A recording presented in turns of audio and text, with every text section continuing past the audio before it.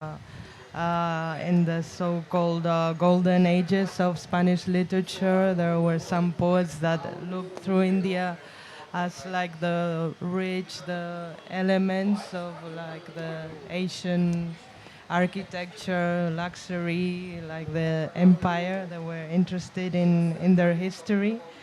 But I think the most rich period where the poets, the writers looked more about India was our modernism. Modernism, which in Spanish language comes from Latin America, Rubén Darío, and those poets start writing about India. And in case of Spain, Ramón del Valle Inclán goes deep into India, into its philosophy, its and writes poems like La Pipa del Kif, which also is a way to escape, from the reality, and also it's important the connection of Juan Ramón Jiménez, one of our Nobel Prize writers, with Tagore. Juan Ramón Jiménez's wife, Zenobia Camprubí, did excellent translations of Tagore, and really influenced Juan Ramón Jiménez's poetry, the way of perception, the Indian philosophy, religion, and mysticism. So I think, and there are works about that influence. And for 21st century poets in Spain, I think Tagore is the major poet, the most known poet. And especially in the 70s, 80s, it was mainly published and read. Um, and now I think two of our poets in Spain that go really deeply into India are Chantal Mayar and Jesús Aguado.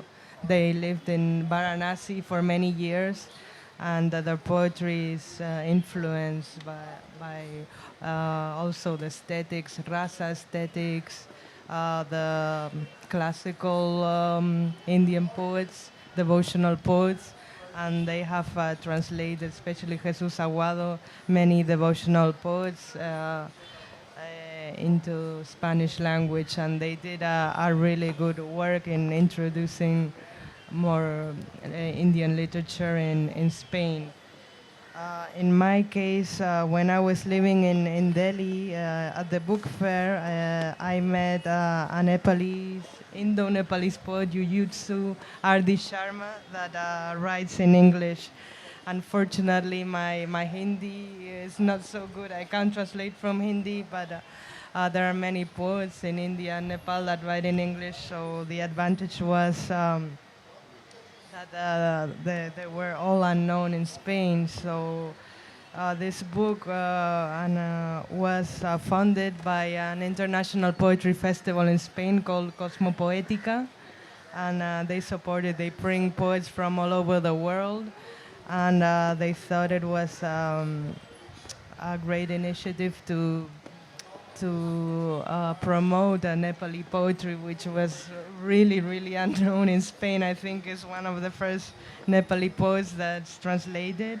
And Yuyutsu could come to the festival. And it was a great exchange, I think, because during the festival he is in Cordoba in South Spain. He visited secondary schools, a jail where prisoners were writing poetry, were involved in poetry workshops. And there was a major interest also in the Himalayan culture because his poetry is very specific of Nepal and its people, the mountains. And through my translating experience, I think when we translate poetry from such a different culture, the dialogue with the poet was very important. Like I asked him many interpretations of his metaphors, and at the end of the book there was a glossary because he also writes about Hinduism, Buddhism, about specific gods and specific myths from the Himalayan mountains. well, which are not accessible to Spanish readers. So I think it was really important to be very accurate and to go deep into the meaning and the stories of this. So for me, it was also a research work into Nepalese culture. Thank you, Veronica. In fact, you used to happen to be a friend of mine as well. And yeah, and I'm glad his name actually figures. He used to come to Delhi, he used to live in Delhi long back. We met. We would actually continue okay. So we would leave it to you. You are a cultural administrator, you are an ambassador of culture. So please.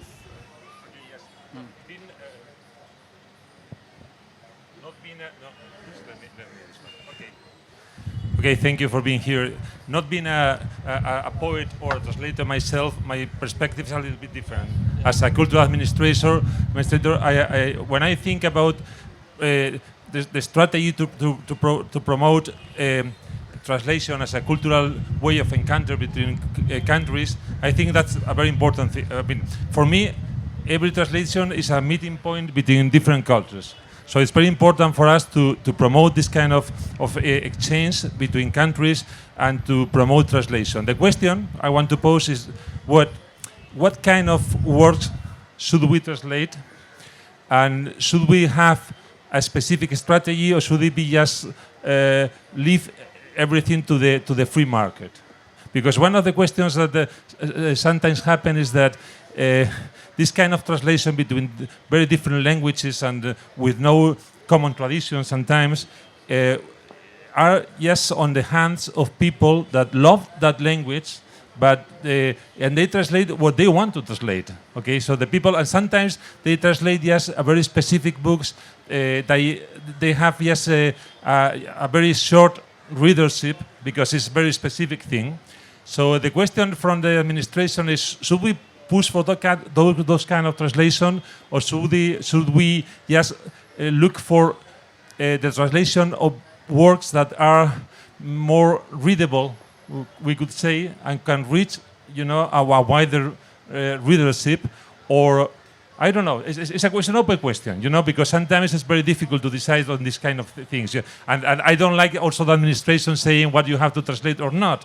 But sometimes you don't have a strategy to reach the most open readership you can get in Spanish if you translate from Hindi or from Malayalam, or in Malayalam if you translate from Spanish. Sometimes it's something. I mean, it's an effort that at some point get lost because nobody's gonna read that book. Maybe, I don't know, 400 people, 500 people, 1,000 people. And from the administrative point of view, we are looking just to reach a point in which that kind of a change is useful for both communities. Not just for some people, but it's like a meeting point for both cultures. So I don't know. It's an open question. I pose it because maybe you have some idea about what should we do. In fact, in our government, Castilla y León government, we don't have any program for promoting this kind of a change. I think we should have that, but we don't have it yet, So I think we could do many things. We could promote encounters between writers. We have done some of this in the past, but we don't have anything now. Although we brought some writers to this Kerala Literary Festival as part of this promotional program, but maybe we should also promote journals, as you said, that can publish translations of poetry or short essays or short stories, because it's like a way of starting, this kind of connections. But this is all of these are open questions. We make it ourselves almost every day. What should we do as cultural administrators? Just two comments. You see, when Spanish Civil War happened, and there was a resistance to the whole idea of what you call despotism and fascism, you see, lots of Indian writers were part of that larger resistance. They attended meetings in London, in Paris, and what we call progressive literary movement in Indian languages was inspired by this larger European context. So I feel translations become valuable and relevant when there is a kind of internal context for such text within the culture. In modernist kind of a context, it was creative writers who translated Lorca. It was creative writers who translated Borges. Or it was the novelist who actually again and again referred to Cervantes. So, but then you are very right in saying governments, literary bodies, or committees, they can facilitate this kind of exchange. And we need anthologies. If we can actually bring out anthologies of contemporary, what you call interesting work, and maybe we introduce 20 writers, we introduce samples from different kinds of writers, and then somebody may take a liking for a major writer and explore. So we need such actually introductions to languages like Malayalam, where people are on the lookout for new authors, new texts, and maybe that's the way forward. Maybe when authors come together, things happen. And I would like your comments and then...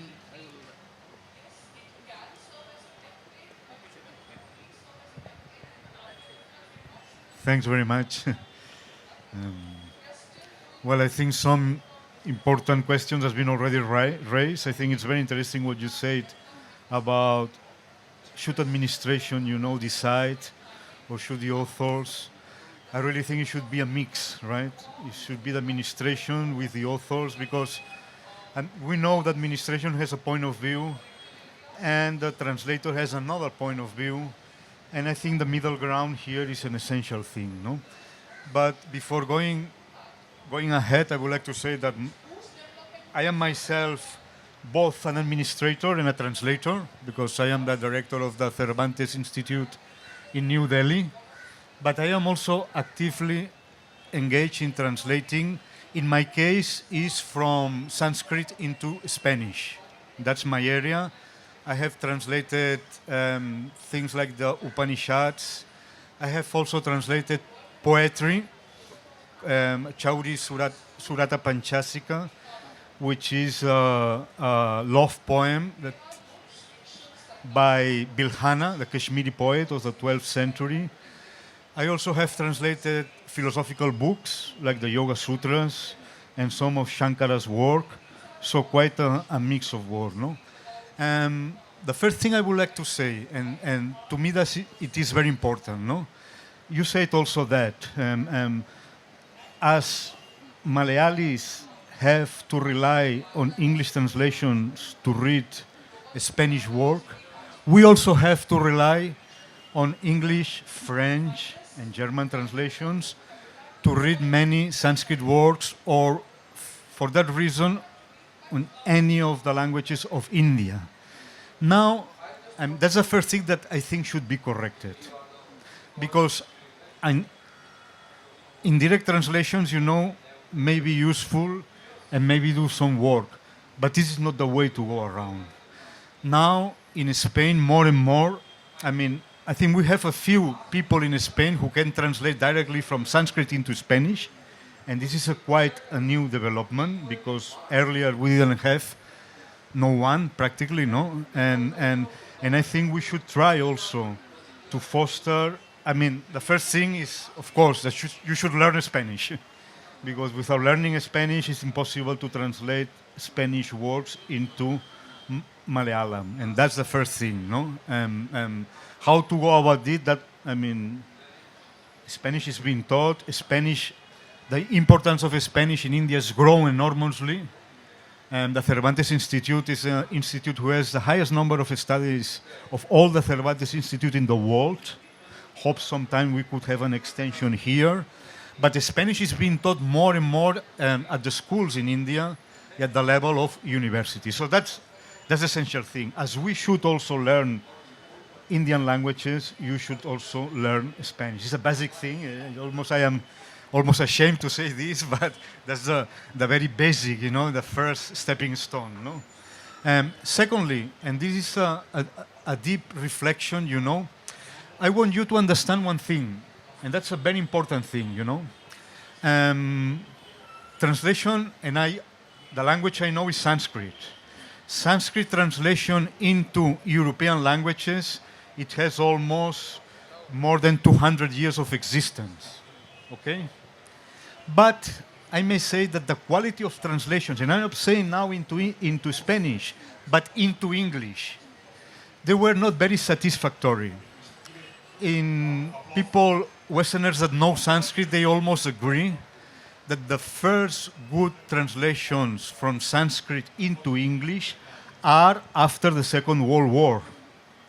That means it took almost 150 years for people to translate and to reach a point where the translations were really good.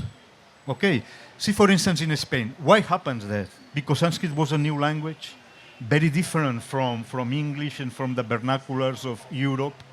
And what we don't realize, for instance, in Spanish, we have very good translators of Arabic, Hebrew, Latin, and Greek, because we've been for centuries translating these languages into Spanish. And the level of translations are so beautiful. You have the Bible translated in such a beautiful Spanish, you won't feel that that's a translation. And mind you, the first problem,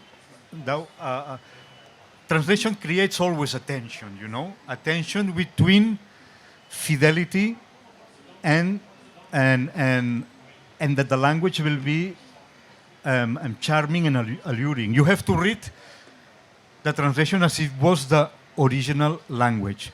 I always say that a good translation is like a good lover, because it's both faithful and it's both attractive, right? It sounds good.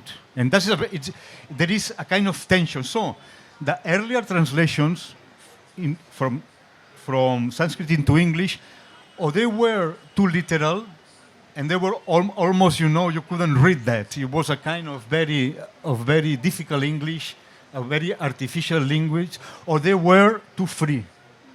And they were a nice English, but they were a little bit remote from the original. But as I say, we have to create traditions of translation. And this is very important. It's not a thing that is done in 1 day, in 2 days. It grows slowly. It is the practice, etc., etc. Also, it is the difficulty that you have translating from a classical language or from a modern language like Malayalam is different. Modern language, even if they are very different, I know Hindi. I spent, almost 40 years of my life, translating. And even now I can say, I translated many Sanskrit books, but it's much easier to translate from Hindi into Spanish than from Sanskrit into Spanish, because the structure of Sanskrit is so different from modern languages that you have, to build a know-how, and that goes slowly. So that, for me, it's a very important thing that we must be able to understand, and we must be humble. We must be able to work hard, That's why indirect translation, translating from English, you have a rich tradition. And I'm sure you translate from English into Malayalam, and you will have very nice results. Into Spanish, you will have to slowly develop the tools for properly translating. And I wanted to point only these two things, the need for direct translations and the need to create schools of translators, to work as a team, to learn from each other, to see the results of the and work towards. We shouldn't think that we'll be able to make a wonderful translation just from the beginning. Now in Spain we have people, and we are learning slowly, and I think we are progressing a lot. But we want to be very realistic about how this thing grows and the need, to create these traditions of translation. Just to finish, I don't want to speak that much, and I want to make one remark here, which I think is very meaningful for Indian literature. You would remember, and this took, I think, 20 years back, or maybe 25 years back, when Salman Rushdie, he criticized and said that the only good literature in India was in English. You remember that? I have something to say about that, you know, because when Salman Rushdie is saying that, I think he has no authority to say that, because what he knows about Malayalam literature, what he knows about Marathi literature, he has read some translations, but how good are those translations? You see what I mean? I think he was really speaking in a sense. I mean, you cannot judge, you know. You cannot say, okay, only the English literature in India is good. Yeah, because that's the language that you know. And perhaps the books in Malayalam that you have read, the translations were not faithful and they didn't reflect the quality of the work. I always was very angry about those comments because they didn't have the kind of solidity. He was speaking a little bit out of the void. Thank you very much, Oscar Pujol. With his long experience, he has made a very important, valid point that traditions need to be set. Quality in translation doesn't happen in a vacuum.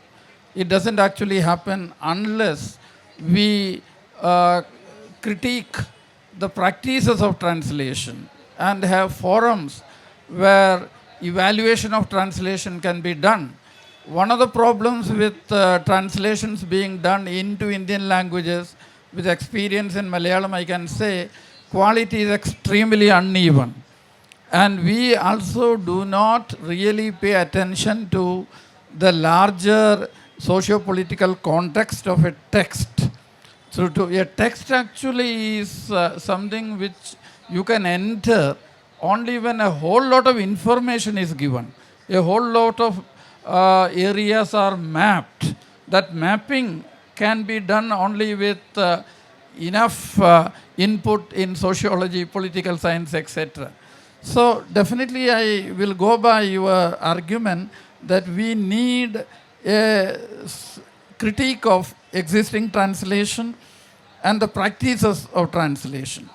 And institutional kind of spaces, maybe in universities or academies or maybe in this kind of forums, they may go a long way in actually identifying important, what you call authors or trends or even entire movements. One thing, he mentioned a very important thing. Why quality of translation was not desirable in the early part of, from 1800 onwards, translations have been happening into English and European languages. But this whole context of Orientalism, the context in which India was largely seen in terms of certain stereotypes, all that created blinkers, all that created certain kind of what you call obstacles in accessing the what you call a text with greater openness. I think those contexts are gone now. If an Indian writer wants to read a Spanish writer, it will be not through the lens or the prism of ideological kind of what you call structures. We have moved beyond that. And that's where translations can be extremely creative and they need not actually become constrained by certain, there are ideological blinkers which very often come in. So I need not elaborate. You may have certain things to say on. Hello, thank you very much. First of all, to the organization of the Kerala Film Festival. Can you, I don't want to break anything, or maybe, yes, this is working? Yes? Okay, this is better. Thank you. So thank you to the Kerala Literature Festival for inviting me and us to this panel. I think what you've said about translation, context, especially the translation from India to Spain is our case. It's more than clear. I would like to introduce another aspect that was also pointed by Oscar when he was talking about the schools of translators. And it's the concept of networking. Like in literature, authors are important, but alone are nothing. They need readers, they need editors, they need publishers, they need bookshops, they need literature festivals, they need book fairs. In the case of the cultural relations between India and Spain, and I come from a small city, or not so small city in Spanish standards, but very small in Indian standards, Valladolid, and I work for the local administration. We do not make translation, we don't have translators ourselves, but we do things to encourage the spread of Indian culture in Spain and the spread of Spanish culture in India. And how do we do this? Through networking. We do have a foundation. I think many of you probably have heard about it. Guillermo, the director of Casa de la India, the House of India, which is located in our city, is here too, and he participates and he's in this literature festival also. And what we feel is that not only quality is important, it's essential, of course, quality of translations, but books, authors have to reach the other part. So translating also has to do with the concept of transporting, of taking things, concepts, books, works from one place to another. And it's so important, the role that plays institutions like Instituto Cervantes, for instance. And we feel sometimes this is not really appreciated by the... this is a sort of competition. No, I won't shout. No. What I wanted to say is that this cannot rely only on authors, translators, literature festivals, but it has to do a lot with you. Ordinary people, or not so ordinary people, but readers anyway. You have to claim for good translations, but you have to do the effort also to go for what's not so easy. Because with the easy thing is to read things that has been written by the one you have beside you. That's good, you're reading, but it's not the best thing to do. The best thing to do is to do the effort to learn other languages, to look for books in other languages, to look for translations, which will encourage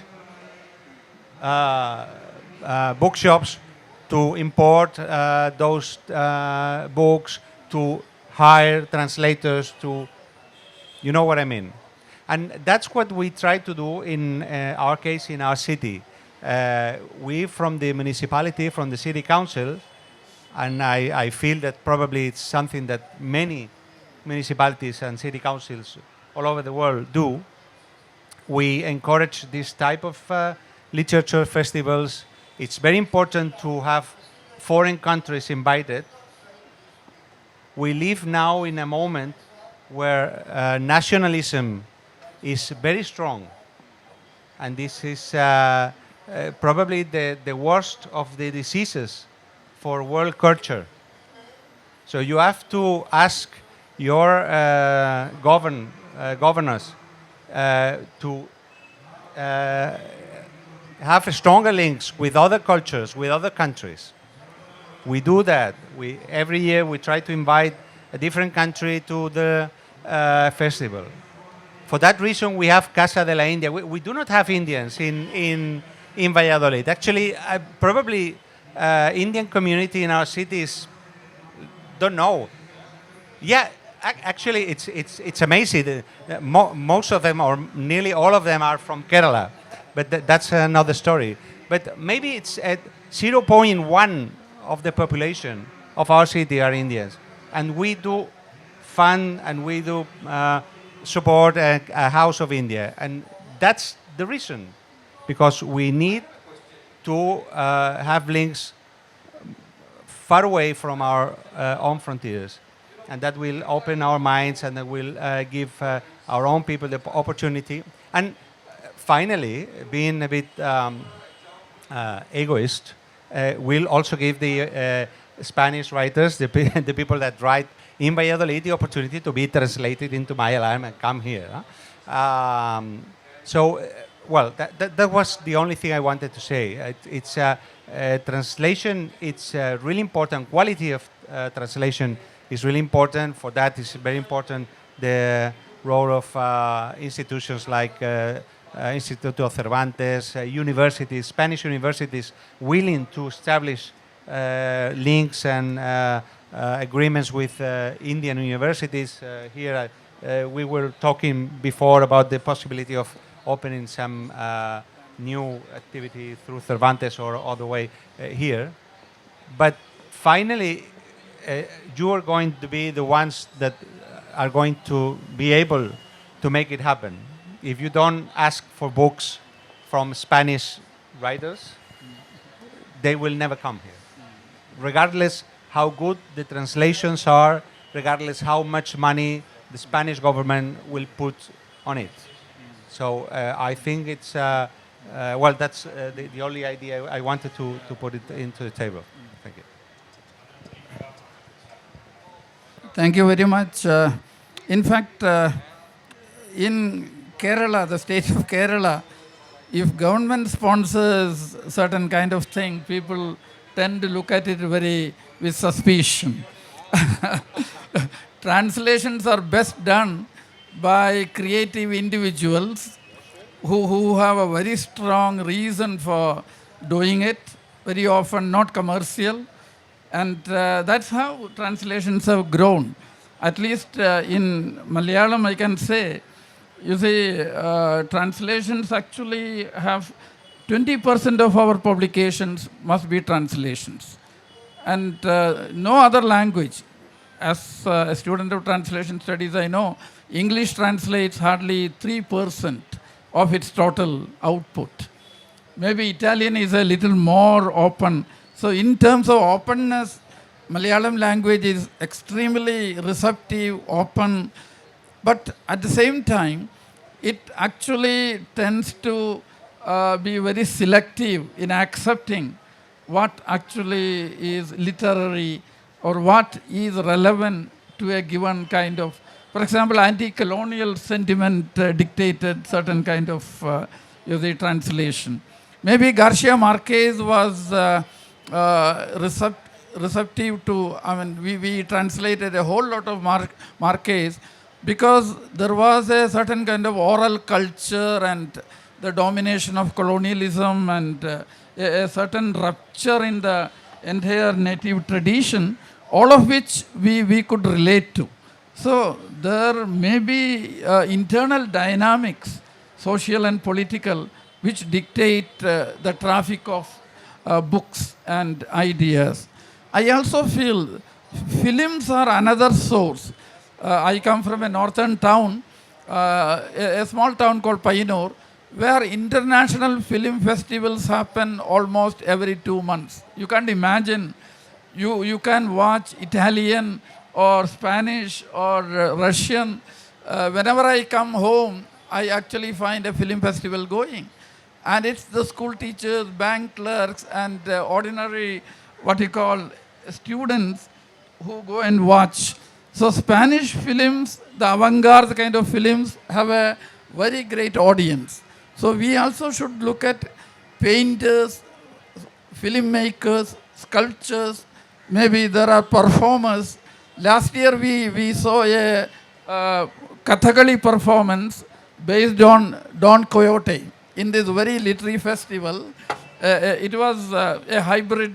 It was a French woman, I think, a European lady also actually participated. She had learned Kathakali. So the entire, she's here. Okay. Ah, you're here. Yeah. Wonderful. Yeah.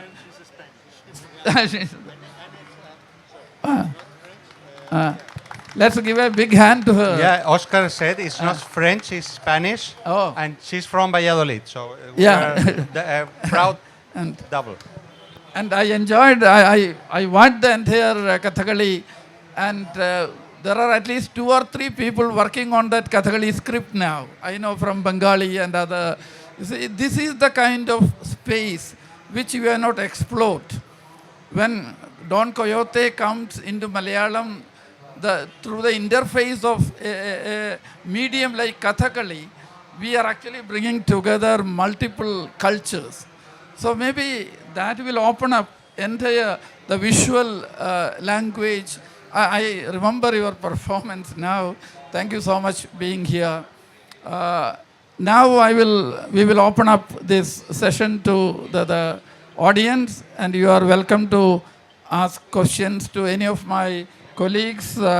See, I didn't properly introduce that, but you can. Yes, We can take questions from the audience now. Yes, I have. I mean, I have a question not for us, but for someone on the public, which is Guillermo Rodriguez, the director of Casa de la India. I would like you to elaborate a little bit on the workshops we did some years ago with the writers and translators, because that was a very specific strategy. I think it was very useful for the authors and for translators, they were just sharing some time together, and they were just doing the translation together, the author and the translator. And that is a very specific strategy that could be very useful. So maybe you could explain a little bit, it's kind of weird because I am asking the audience and not the audience asking us, but you have that experience. Thank you, Ramón. Yes, I think one of the ways we can take this into practice, translation as a practice. There are many types of translation, and there are many ways we can encourage translations. But this particular initiative, I actually took that idea from A.K. Ramanujan, who in the 1980s initiated a whole series of translation workshops in South India and all over India, bringing together Indian scholars and translators to translate between Indian languages, because this is very important also, not through English, because that's also an irony, which has happened often in India. Translation between Indian languages in those days was done through English, which is quite mad thing to do. So the concept was and is in the 3 editions we've had of the Spain-India Writers Meeting with Instituto Cervantes and with Spanish government, Acción Cultural Española. It was to allow a group of poets along with academic translators, because it's very important. It was poetry. Poetry has an advantage. You can do a series of texts within a limited period of time, though it's quite challenging also, but you can't translate a novel within a 10-day workshop. It's impossible. So we brought together a group of poets from Spain and India in Delhi, and we had another edition in Spain, in Soria and Valladolid, and a 3rd edition at Tijara Fort, which JLF hosted, Jaipur Literature Festival. And it was, the idea basically was to allow, without putting any pressure on the poets, allow poets to talk to each other, know each other, and then they were translating their own works. Basically, it was one poet taking up, once you had met a poet, and the connections would take place organically or spontaneously. The Spanish poet, for instance, would read the works of the 3-4 Indian poets, and he would relate to a particular poet. I want to translate your poem because it speaks to me. I think I want to try. So the poets sat down and talked to each other, and vice versa. And then if there was a problem with, obviously the language is a problem, we used Hindi, Malayalam and Marathi. We needed the help of a group of scholars from JNU who could know both languages, and they were doing the bridge building. Ideally, of course, a poet who translates another poet should know both languages, but it's a challenge. It's difficult. But the idea of having poets translate other poets is important, because some people may think that it's only in order to translate a poem you need to be a poet, because it has to be molded in the particular language. So out of that workshop we had about 3 or 4 small booklets which we wanted to publish, and we are in conversations with Hyperion, Spanish publishers, and Indian publishing houses to create or put together a commercial publication. And I think film literature festivals could have parallel translation workshops. Translation workshops can be encouraged, and I think between Spain and India, I hope the Cervantes Institute can take up another edition, and I'm sure the Castilla y León government and Cervantes Institute could work on such future workshops. But obviously the publication is important, because it's like the award. You're giving the poets an opportunity to see their work. So you have to be in touch with the publishers also. Otherwise, it's an effort that will not reach the wider public.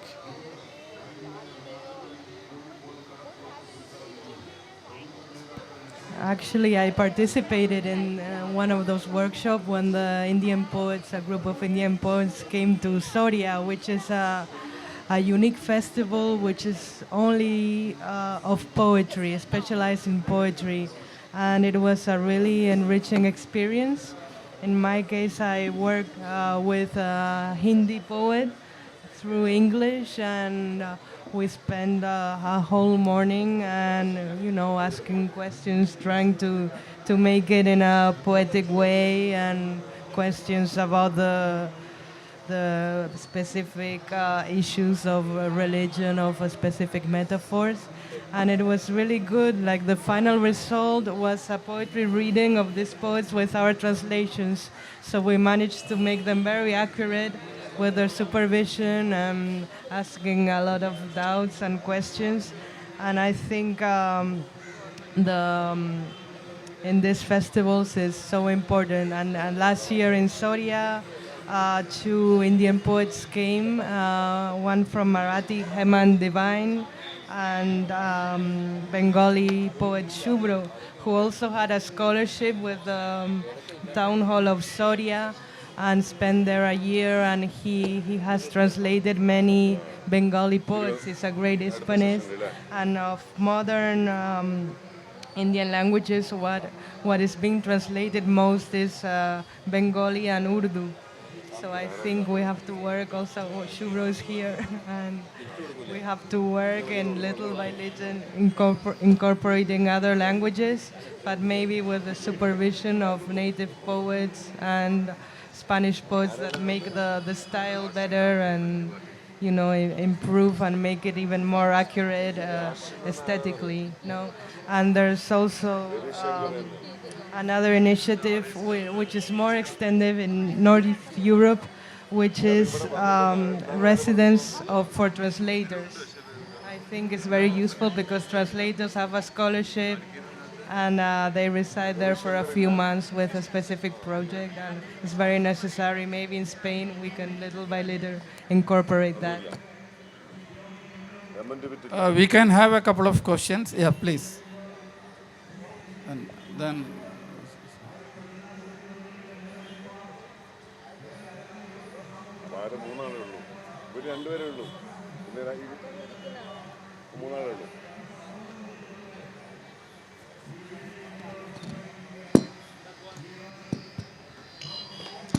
Hello. Hi. So I just have one question. It's a little. I mean, I don't know how to phrase it exactly, but why is it? Why are we insisting, rather, or why is there an underlying insistence on translating only from one modern language to another modern language? I mean, why are we not why is it not moving to a revival of, let's say, ancient languages, for instance? I mean, Oscar, you mentioned you've translated the Upanishads into Spanish, or, like, for instance, I mean, I can tell you that I've studied in an Indian school, and I have studied Sanskrit from my 5th grade to my 8th grade. And it was only done as a compulsion because our curriculum insisted that we have a third language. The first and second being English being the medium, and the second language is Hindi. So the third language was just, because the school felt, okay, we need to produce multilingual students. So we just learned Sanskrit for just 4 years. And I don't remember squat of that particular language today. I have absolutely no recollection. I don't even remember certain characters or anything of that sort. So when we are talking about translating or translations from one language to another, can we not have a sort of movement which gives way for the revival of ancient languages and ancient texts as well? You're speaking my mind, actually. That's what we really want, And well, and there is also said, that many Sanskrit words are not translated into vernacular language. I say, why the Kama Sutra is only translated into English and never into vernacular Indian languages, no? And that happens. And, well, I have no answer for that. I think that the interest for ancient language has to keep alive because they have a treasure of wisdom. It's a topic, but it is there. And even in the ancient texts, especially in Sanskrit, in the Mahabharata, very modern ideas are expressed there that we don't know only when we reach those texts. We think that that's all about all the, For instance, in the Mahabharata, we have a very nice story about the origin of marriage. And in that, this is in the, I think it's in the Adi Parva. And he says, that before, women used not to marry and that they were free. It says in that terms, and you will be amazed the kind of very liberal and forward thought that you have in classical texts. Well, beyond that, as I said, that you have to learn Spanish, but one advice also for you, because you are Indian people, Sanskrit is embedded in your language. As you know, even if Malayalam is a Dravidian language, is full with Sanskrit loans, and I don't know Malayalam, but I listen all the time, all the Sanskrit words. I would say one thing. Now in India, and there is the possibility of learning Sanskrit as a living language, as a conversion, as a spoken language, There are organizations, that teach Sanskrit to Indian people, and you begin to speak Sanskrit right from the very first lesson. It's the same way that we teach Spanish to Indians. We don't use, complicated grammars. That is the direct and communicative method. You go to the classroom, and on the very first day, I have here one professor from Cervantes, also Subro. From the very first day, you begin to say Spanish words, which makes... So the same way, you can learn Sanskrit today in a way that is very enjoyable, that you don't have to spend, 1 year only learning dry grammar and all these things. And there are courses like this, especially in I don't know so much in Kerala. I know that in Bangalore there's Sanskrit Bharati, that they are conducting all these workshops for Indian people. And I will encourage you to do this kind of courses, and to learn the language, and then you translate Sanskrit into Malayalam, and don't have to, because that's also a paradox, as Guillermo said. Sometimes you have to read English books to understand what is in your ancient text. So that's my piece of advice. We'll have to wind up, but you can ask the question. Very brief, very brief. Sir, I have a couple of questions. I have 2 questions to you, as you also are the administrators. So when we talk about translating literature, literature is not about only words, not only about phrase. It's very much culture specific. So being as you belong to another living space, how you are about to express or translate my emotion, my struggle, my life. And through that, the thing is, when we are going to translate the indigenous source of knowledge, it's being hijacked. A complete language, a complete living space is being hijacked. It's a kind of intellectual colonization that is happening, and if you don't make like ownership of the original author or kind of copyright, you people will will know that better. Then actually we are losing the originality, the authenticity, and like what is happening now with Sanskrit also, like yoga is We being will have in to another way. draw a line somewhere. I understand the line of your questioning. Yes, yes. You see, translation, we will have to end up somewhere, draw a line. You see, thank you very much for alerting, to this kind of. Translation is always about liberating a text. Translation is not a final text. There can be a second, a third, or fourth translations. So, even if a translation tries to sort of assimilate it into an ideology, you can always unpack it. You can create another version, critique it. So, I think so long as we have translation, a society remains open. So long as society remains open, there will be translations. It was a very enriching session, and we in KLF are extremely grateful to all the panelists. José Ramón González, he is actually professor of Spanish at University. I cannot pronounce that your. This is your name, González. Yeah, González. Yeah, and Juan Manuel Guimerans, he is the Director General of Culture and Tourism of Valladolid City Council. You have given your experience. And Veronica, who is a very well-known poet, she is also translated into Hindi. And Oscar Pujol, he is actually, you have been into BHU, you have had a long experience. You have contributed so much between what you call Adan Pradhan, the exchange between Spain and India. Let this kind of Adan Pradhan continue. Let there be more dialogues between Spanish and Indian languages. Thank you all for attending and listening. Thank you. Thank you. Now that's the end of the session.